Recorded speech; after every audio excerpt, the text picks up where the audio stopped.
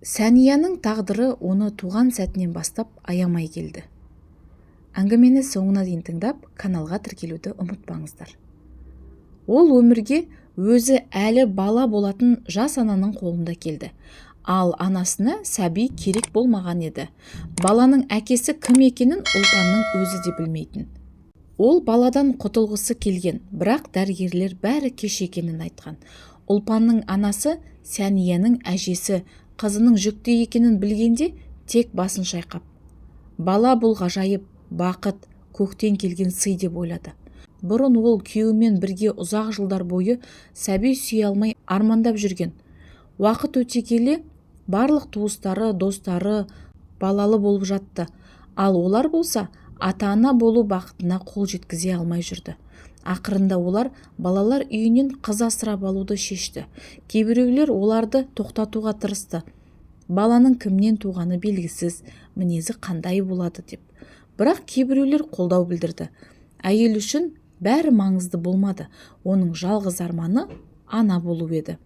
4 жасар аққұба қызғыш әйелге жүгіріп келіп, мойнынан құшақтағанда оның жүрегі елжіреп сала берді. Сол сәтте қасында тұрған күйеуі де көз жасын тыя алмады. Міне осылай Ұлпан олардың отбасына келді. Алғашқыда бәрі тамаша болды. Қыз жақсы өсіп жатты, тыңдағыш болды, бәріне ұнауға тырысты. Балалы болуды көп жыл армандаған әйел өзіне керек екенін сезініп бақытты етті. Ол қызына дәмді тағамдар дайындады, әдемі ойыншықтар мен сәнді киімдер сатып алды, киноға апарды, қап-қара шашын әдемі өріп беретін. Ата-анасы көптен күткен баланы еркелетіп бақты, мұны бәрі байқайтын. Бірақ анасы мен әкесі былай дейтін: Ұлпан өмірде азапты көп көрді ғой. Ол нашар отбасында туылып, 3 жасына дейін адам төзгісіз жағдайда өмір сүрді. Кейін балалар үйіне түсті. Әрине бұл маскүнемдермен өмір сүргеннен жақсы. Бірақ ертек емес қой. Ұлпан 7-ші сыныпта оқып жүргенде отбасы үлкен қайғыға душар болды. Сүйікті асырап алған әкесі бұзақылардың қолынан қаза тапты. Қайғылы жағдай. Ол тек дұрыс емес уақытта, дұрыс емес жерде болған еді. Жесір қалған әйел мен жасөспірім қыз қайғыны өте ауыр көтерді. Әйел ұзақ уақыт өзіне келе алмады. Бірақ ақыры өз-өзіне келгенде қызында бір өзгеріс байқады. Мейірімді, тыңдағыш бала көз алдында біртүрлі қатыгез мінезге ауысып бара жатты. Ең алдымен Ұлпан сабақ оқуды мүлдем тастады. Ол бұрын да үздік оқушы болмаған, бірақ барынша тырысатын. Енді мүлде сабаққа бармай, қаңғыбастыққа салынып кетті. Оның жаңа достары пайда болды. Көбі жайсыз отбасылардан шыққан. Жасы өзінен әлде қайда үлкендер. Қызы енді сабақтан қашып, бейәдеп сөздер айтып, анасына дөрекілік көрсетті. Үй шаруасына көмектесуден бас тартып, үнемі ақша сұрап, болмашы нәрсеге ашуланып, айғайлайтын болды. Кейіннен анасы байқады, қыз үйден заттарды ұрлай бастады. Бәрі ушыға түсті. 13 жасар қыз кейде тіпті түнімен үйге келмей қоятын. Әрине анасы алаңдап, барлық күш-жігерін жұмсап, дәрігерлерге, невропатологтарға, психологтарға, дефектологтарға апарды. Бірақ дәрігерлер Ұлпанның айқын патология таппады. Алайда әйел қызына билік ете алмады. Олар осылай өмір сүрді. Ұлпан қалаған кезде үйге оралатын, мектепті 9-шы сыныптан кейін тастап, колледжге түспеді. Неге керек? Оған өмірдің өзі серуендер, достармен кездесулер, қысқа уақыттық махаббаттар жеткілікті еді. Ақшаны да анадан еркін сұрай алатын, ал бермесе өзі ұрлап алатын. Ұлпан үйдің барлық жасырын орындарын шебер табатын. Сондықтан да қыздың мінезінен қажыған ана болашақта әже болатынын естігенде қуана қоймады. Ол сол кезде-ақ тал шыбықтан апельсин шықпайды деген сөздің мағынасын терең ұққан еді. Уақыты келгенде Ұлпан дені сау қыз дүниеге әкелді. Алғашқы айларда ол үлгілі ана секілді көрінді. Барлығы жақсы жағына өзгере бастаған еді. Бірақ көп ұзамай Ұлпан шаршап, кішкентай Сәнияны тастап, белгісіз жаққа кетіп қалды. Бұл бірінші рет емес еді. Анасы жақсы білетін, қызы міндетті түрде қайта оралады. Бірақ қандай күйде келетіні белгісіз. Болмай қалған соң әже өзі немересін тәрбиелеуге кірісті. Сәния мейірімді, жақсы қыз болып өсті. Бірақ әйел Ұлпанды кішкентай кезінде еске алып, артық қуанбады. Немересіне суық әрі сақтықпен қарайтын. Сәниядан тек қатаң тәртіппен міндеттердің орындалуын талап етті. Ас әзірлеу, кір жуу, үй жинау сияқты жұмыстар жыл сайын көбейе берді. Ұлпан анда-санда пайда болып тұрды, бірақ Сәнияның тәрбиесіне араласпады. Соған қарамастан қыз анасын жақсы көрді, оған жылынғысы келді. Сәния анасына бірге тұруға сұранатын, ал Ұлпан үнемі уәж айтатын. Үй тар, жаңа сәби бар, тағы бір себеп табатын. Сен оған керек емессің деп әжесі ашумен айтатын. Ешкімге керексізсің, тіпті туылғаның да қателік еді. Сәнияға мұндай сөздер ауыр тиетін, бірақ өсе келе бәрі шындық екенін түсінді, анасына керек емес екенін. Ал әжесі оны тек халық не дейді деген оймен асырап келгенін білді. Қыз ешқашан махаббат пен қамқорлықты сезбеді. Бірақ дұрыс жағдайда өз бөлмесі бар үйде тәрбиеленді. 9 сыныптан кейін Сәния әжесі Ұлпан үшін бұрын таңдаған колледжге, экономикалық колледжге түсті. Сәния бухгалтер болуды армандаған жоқ, тек өзіне қамқор болған адамға қарсы келгісі келмеді. Әжесіне әрқашан бағынуға үйренген еді. Колледжде Сәния Жасұлан есімді көңілді әрі келбетті жігітпен танысты. Ол бірден нәзік мінезді қызға көңіл бөлді. Ал Сәния алғашында сенбеді. Біреу оған шын мәнінде көңіл бөлуі мүмкін деп ойламады. Жасұлан қыздың сеніміне кіру үшін көп еңбек етуге тура келді. Сәния Жасұланмен бақытты болды. Олар бірге серуендеді, сөйлесті, күлді. Жасұлан Сәнияны өзінің туған күнінде сыйлыққа алған мотоциклімен қыдыртатын болды. Кино мен кафеге апарды. Онымен бірге Сәния алғаш рет өзін қажетті, сүйкімді әрі сұлу сезінді. Әжесі бұл қарым-қатынасты құптамады. Ойыншық қылады да тастап кетеді деп болжады. Бірақ бұл болжам орындалмады. Жасұлан Сәнияға ұсыныс жасады. Олар салтанатсыз, жай ғана неке қидыртып бірге тұра бастады. Жас жігіт колледжді бітірген соң бірден жүк тасушы болып жұмысқа орналасты. Мамандығы бойынша емес, бірақ табысы жаман болмады. Енді ол отбасының отағасы еді. Ұлпан қызының тұрмысқа шыққанын да білмеген. Ол кезде басқа қалада өз өмірін қайтадан реттеуге тырысып жүрген болатын. Ал әжесі бұл ерте некеге сенімсіз қарап, тез арада ажырасып тынады деп болжады. Жүрегі баяғыда қатып қалған еді. Тіпті шөбересі Таңшолпан дүниеге келгенде де оны еш қуантпады. Қуанатын несі бар, деді ол кішкентай қызды көрпеге орап жатқанда. Нашар тұқымнан жақсылық шықпайды. Сәния бұл ауыр сөздерге сабырмен қарады. Мұндайды естуге ол баяғыда үйренген еді. Жасұлан ашуланып, қызын қолына алып, басқа бөлмеге кетіп қалды. Ол сол күйі әжесіне қайтып шыққан жоқ. Арада көп уақыт өтпей отбасында тағы бір қыз дүниеге келді. Артынан тағы біреуі. Сәния аналық мейірімге бөленіп, қыздарын тәрбиелеуге жан тәнімен кірісті. Ол енді өз анасын мүлде түсінбейтін болды. Қалай ғана осындай періштелерді тастап кете алған? Сәния қыздарына барын беріп, олар үшін өмір сүрді. Жасұлан жүргізуші болып жұмыс істеді. Сәния қыздарымен үйде отырды. Ақша тамаққа, жалдамалы үйге, тіпті демалысқа да жететін. Жексенбі сайын отбасы киноға, аттракциондар саябағына немесе кафелерге баратын. Қыздары ақылды, тәрбиелі және дені сау болып өсіп келе жатты. Анасымен және әжесімен Сәния сирек араласатын, тек аса қажет жағдайда ғана. Бірақ әжесі ауырып төсек тартып қалған кезде Сәния оны тастамай қасында болды. Балаларды бағып, ауру әжеге қарау оңай болмады. Дегенмен Сәния барлығына үлгерді. Ол өзін өсірген адамды қиын сәтте жалғыз қалдыра алмады.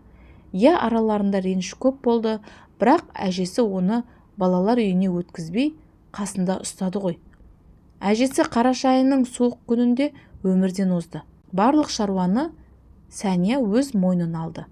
Ол анасы Ұлпанға хабар бермек болды, бірақ таба алмады. Ұлпан тек жарты жылдан кейін мұрагерлік рәсімдері басталған кезде ғана пайда болды. Заң бойынша бірінші кезекте мұрагер ретінде ол пәтердің толық иесі атанды. Бұрынғы қамқоршысының қайтыс болғанына Ұлпан аса қайғырмады, қайта қуанғандай көрінді.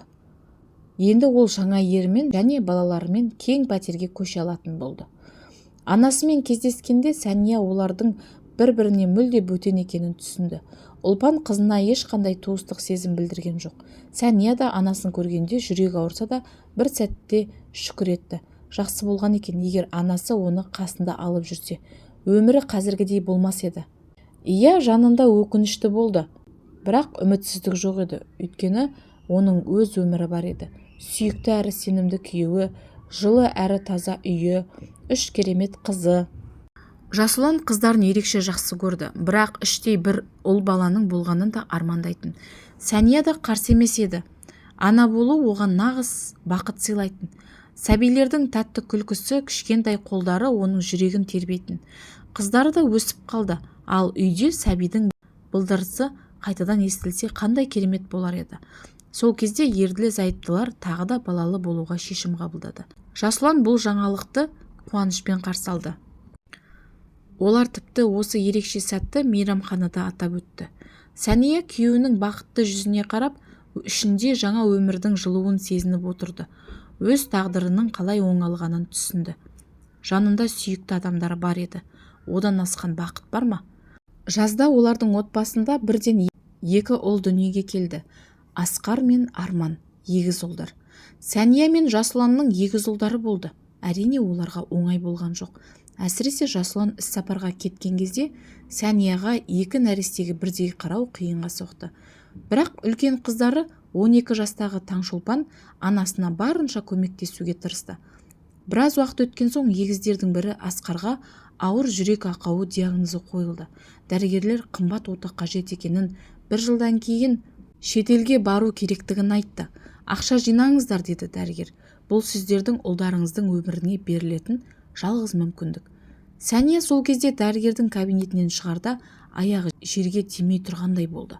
Бірақ ширақ сау көрінетін баласының осындай ауыр дерті бар екеніне сенгісі келмеді. Жасұлан оны сабырға шақырды, қолдады. Көбірек жұмыс істеймін, жиі рейстерге шығамын, ақша жинаймыз, уақыт бар, уайымдама, деді. Бірақ күзде қайғылы жағдай болды. Жасұлан жол апатынан қайтыс болды. Сәния 5 баламен, оның ішінде біреуі ауыр науқаспен жалғыз қалды. Қолдаусыз, көмексіз, жоспарсыз қалған әйел бұл соққыны тек балалар үшін аман көтерді. Кешке балаларды ұйықтатып болған соң ғана жастығын көзіне тосып, үнсіз жылайтын. Бірақ қайтадан оянып, енді қалай өмір сүремін деген сұраққа жауап іздеу керек еді. Сәнияның мамандығы болғанымен тәжірибесі жоқ еді. Диплом алғаннан кейін бір күнде жұмыс істемеген, бәрін күйеуі қамтамасыз еткен, ал қазір бүкіл ауыртпалық оның иығынан түсті. Балаларға арналған барлық жәрдемақыларды рәсімдеп алды. Қолына 2 сәбиді ұстап, мекемелердің табалдырығын тоздыруға тура келді. Әйтсе де күнделікті тамақ пен киімге ақша жеткілікті еді. Бірақ жалдамалы пәтердің ақысы, дәрі-дәрмек, әсіресе Асқардың емі үшін қомақты қаражат қажет болатын. Қалада тұру олар үшін тым қымбатқа түсіп бара жатты. Ең үлкен мәселе Асқардың алдағы операциясы болды. Ақша керек еді, әрі тез арада. Дәрігерлер қайырымдылық қорына жүгінуге кеңес берді. Сәния солай жасады. Бірақ жинау өте баяу жүрді.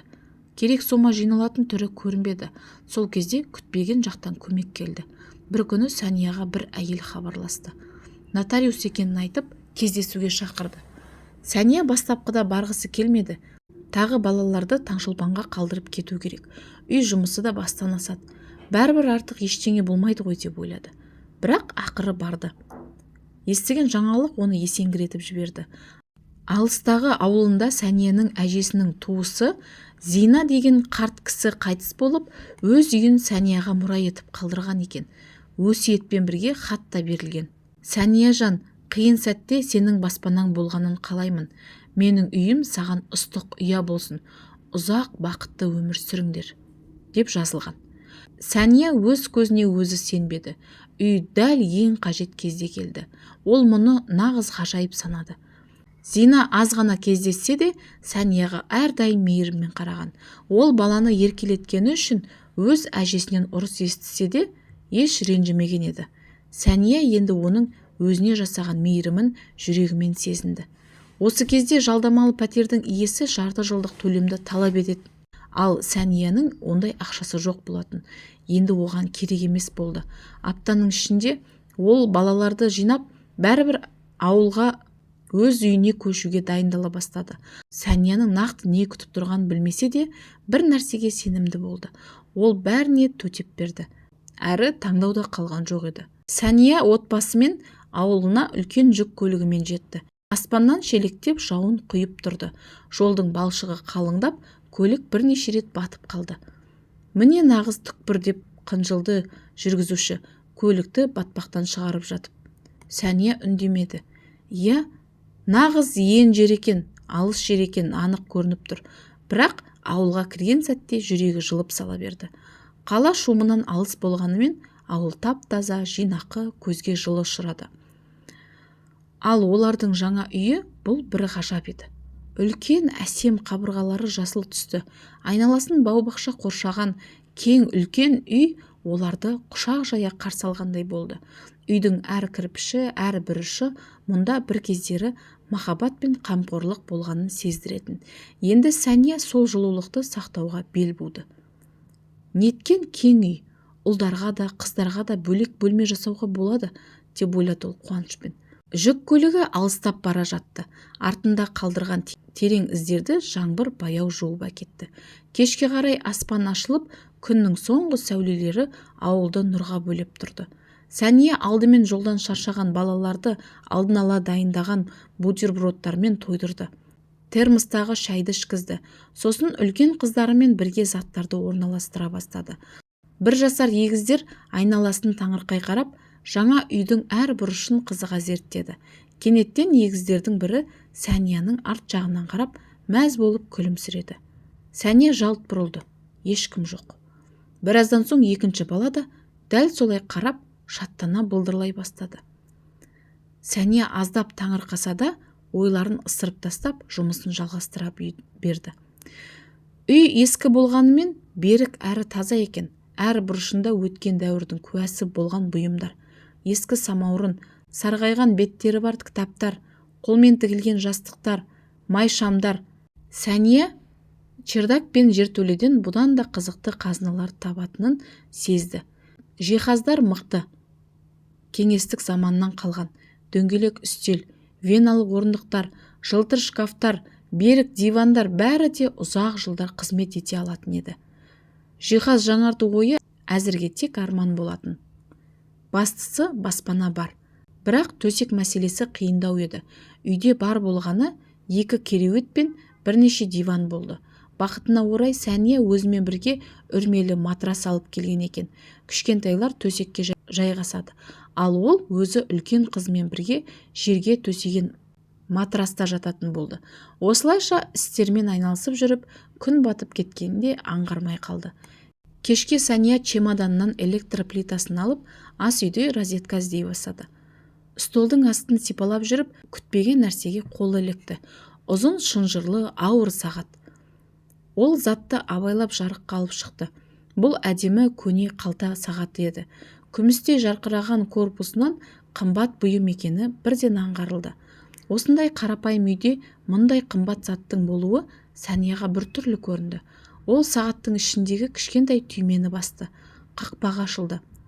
Ішкі бетінде күміс әріптермен былай жазылған екен: құтқарушыма мәңгілік естелік ретінде. Жазуы көне, нәзік өрнектелген еді. Сәния таңданып сағатты сөмкесіне салды. Жүрегінде белгісіз бір толқу пайда болды. Бәлкім бұл үймен бірге оларға тек баспана емес, ерекше бір сырлы тарихта бұйырған еді. Бұл өте бағалы зат. Оны жақсы ақшаға сатуға болады. Содан кейін операция үшін ақша жинауға болады. Бұл сағат біреуге өте қымбат болғаны анық. Оны жақсылап күткен, жарқыратып тазалаған. Қызық, бұл құтқарушы дегені кім? Неліктен оған осындай сыйлық берілген? Қалайша бұл сағат ауылдағы ескі үйдің астында столдың түбінде жатты. Балалар аш екенін айтты. Сәния ойынан шығып, кешкі ас әзірлеуге кірісті. Алда әлі көп шаруа бар, бірақ ол бәріне дайын болды. Үйді балалармен бірге жайлы ету ол үшін үлкен міндет. Сәния Зинаға үлкен алғыс айтты. Өзіне қиын кезде көмек көрсеткен осы адамға. Бұл үйді оған қалдырып, өмірін жақсартуға көмектескеніне шынайы қуанды. Балаларын ұйықтатқан соң Сәния тағы да сағатқа қарады. Бұл сағат оның назарын ерекше тартты. Бұл сезімді сөзбен түсіндіру қиын, бірақ жарқыраған затты қараған сайын Сәния ішінен бір тыныштық пен жылулық сезді. Ол қатты шаршады. Жаңа орынға көшумен барлық дайындықтар оның барлық күшін алды. Алайда ертең оған тағы көп істер күтіп тұр еді. Сәния сағатты сөмкесіне салып, жастыққа бас қойып ұйықтап кетті. Дәл сол сәтте қатты дыбыс естілді. Бум-бум-бум. Сәния шошып оянып, сырттан келген дыбысты тыңдады. Бұл үйдің қабырғасы дірілдегендей болды. Кім келіп жатыр түн ортасында? Бұл жамандық болар деп ойлады Сәния. Бірақ тығылып немесе қашып кету мүмкін емес еді. Сондықтан есікке жақындап ашты. Ал оның алдында бір қарт адам тұрды. Ұзын сұр сақалды, шапан киіп, аяғында жоғары резеңке етігі бар еді. Есік ашық тұрғандықтан ол кіріп келген. Артына қарайтын болсаң, ескі көлік тұр. Сәния мұндай көлікті қалада соңғы рет қашан көргенін білмеді. Ол көзімен қонақты мұқият қарап, бетінде жылы күлімсіреп, доспен қарап тұрды. Қауіп қатерді байқамады. Бәрі дұрыс сияқты еді. Кейін Сәния сәл тынышталғандай болды, бірақ әлі де таң қалды. Қалай ол есікті ашып алған? Осы қарт адам шынымен де сонша күшті ме? Немесе ол сонша қат тұрғаннан үй тербетіліп тұрғандай болды ма? Бұл оған мүмкін емес секілді. Сәлеметсіз бе, үйдің егесі? Деді қарт адам. Құттықтаймын, сіздерге бақыт пен денсаулық. Рахмет, деп жауап берді Сәния. Сіз Тоқтар Ергешұлысыз ба? Иә, мен Тоқтар Ергешұлы, деп танысты қарт адам.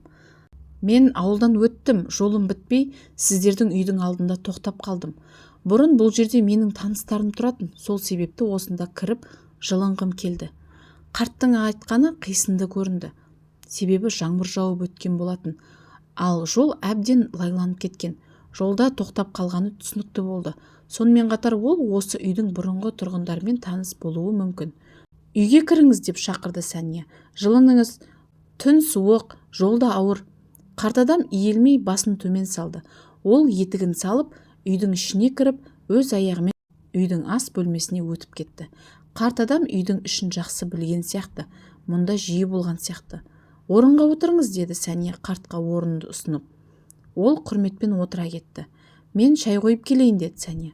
Шәйнек қайнап жатты. Қарт адам қайтадан сөз сөйлей бастады. Бұл үй өте жақсы, деді Тоқтар Ергешұлы ойланып тұрып. Бұл үйдің тарихы бар. Бұл ауылдың да тарихы бар. Бұрындары бұл жерде бай адам тұрған. Оның жалғыз сүйікті қызы болды. Бір күні ол өз құрбыларымен өзенге шомылуға барғанда ағыс оны тартып әкетті. Балықшы сол уақытта бұл оқиғаны байқап, қызды құтқарып қалды, бірақ өзі суға батып кетуге шақ қалды. Қыз бұл оқиғаны әкесіне айтып, әкесі сол жігіттің аяғына жығылып, оған күміс сағат сыйлады. Сағаттың қақпақ жағында құтқарушы деп жазылған еді. Бұл сағат Зина мен оның күйеуінің ата-енесінен қалған. Ол оны өмір бойы сақтап қадірледі. Бұл сағат менде екен, деп таңдана сөйледі Сәния. Сәния сумкасынан сол күні кешке тапқан сағаттарды шығарып көрсетті. Қарт адам оларды қарап, қуанышты жүзбен күлімсіреп, бұл сағаттар өте құнды, деді ол. Олар тек күміс емес, атақты шебердің жасаған өнер туындысы. Бұл бүтіндей бір байлық. Сәния ойланып қалды. Ол ешқашан мұндай құнды нәрсені сатуды ойламаған еді. Бірақ бұл сағаттар біреудің өмірін құтқаруы керек екенін сезді. Бұл сағаттарды қожайынның өзі қалай тапты деп ойлайсыз, деп сұрады Сәния. Мен білмеймін, тек сол адам айтқан болатын. Бұл сағаттар сол адамға керек болған шығар. Оны тек осы жерге тапқан адам ғана табу керек еді, деп жауап берді қарт. Қарт кісі тағы да баяу сөйлеп, Сәнияның көңілін босатып ұйықтап қалды. Оның сөздері өте жайлы әрі тыныштандыратын болды. Таңертең Сәния оянды. Үйде ешкім жоқ еді, тек ол ғана тұрды. Екінші шайдың шынысы да бұзылмаған күйі тұр. Түнде қарт оны ішпеген сияқты. Сәния үйден шығып айналаға қарап шықты. Жолда көліктің іздері жоқ. Қалайша бұл мүмкін? Үйге оралған соң ол телефонын алып интернеттен сол қарт айтқан ақпаратты тексерді. Барлық айтқандар рас екен, бірақ оның түсінуі қиын еді. Бұл бәрі шынымен де болған ба? Түсіндіруге болмайтын сұрақтар пайда болды. Түскі уақытта Сәния ескі үйдің шатырын тексеріп бір фото альбом тапты. Ол ескі суреттерге қарап таныс бір адамды көрді. Ол Тоқтар Ергешұлы еді. Ол сондай-ақ Сәнияның күйеуінің әкесі болып шықты. Сәния оның өмірінде болған оқиғаларды анық түсініп, сағаттардың маңызын түсінді. Демек, бұл сағаттар шынымен де сол кісінің қолынан шыққан, деді Сәния. Зина оларды сақтап, мен қазір оларды ұстап тұрмын. Бұл тағдырдың сыйы сияқты. Сәния өзінің барлық сұрақтарына жауап тапқандай болды. Бұл сағаттар арқылы оның өміріне жақсылық келеді деп ойлады. Сол кезде балалар оянды. Сәния барлық күнделікті істерін бастап, күндерін жоспарлап, өміріндегі осы таңғажайып оқиға туралы ойлады. Бірақ оның басты сұрағы болды. Бұл қарт Тоқтар Ергешұлының өзі болған ма, әлде оның рухы болды ма? Көп балалы ана Сәния мұра болып қалған ескі үйге аяқ басқанда, бөлмеде бейтаныс бір қарт әйелді көзі шалды. Әйелдің қолында хош иісі аңқыған, буы бұрқырап тұрған жаңа піскен бәліш бар екен. Мен сендердің көршілеріңмін, атым Күлпаш, деп күлімдей таныстырды өзін. Танысуға кіріп шықтым, бәліш пісіріп әкелдім, балалар көп екен, тәтті ауыз дейсін. Бұл таңқурай бәлішін менің немерем өте жақсы көреді. Сәния мейірімді көршісін төрге шақырды. Балалар шайларын ішіп, бәліштен дәм татып, үлгермей жатып-ақ, әп-сәтте барлығын тауысып, өз тірліктеріне асығып кетті. Ал үлкендер ұзақ отырып әңгіме-дүкен құрды. Күләш Сәнияға ауылдың тыныс тіршілігін егжей-тегжейлі баяндап берді. Дүкеннің, мектептің, балабақшаның қайда орналасқанын көрсетті. Сондай-ақ құпиясын бөлісіп, пошта бөлімшесінде жуырда бос жұмыс орны пайда болатынын айтты. Егер саған жұмыс керек болса, мен саған сөзімді айтып қоямын, деді ол ілтипатпен. Ал балаларды балабақшаға еш қиындықсыз қабылдайды. Көршісі кенеттен, үйден қызық бірдеңе тапқан жоқсың ба, деп сұрады.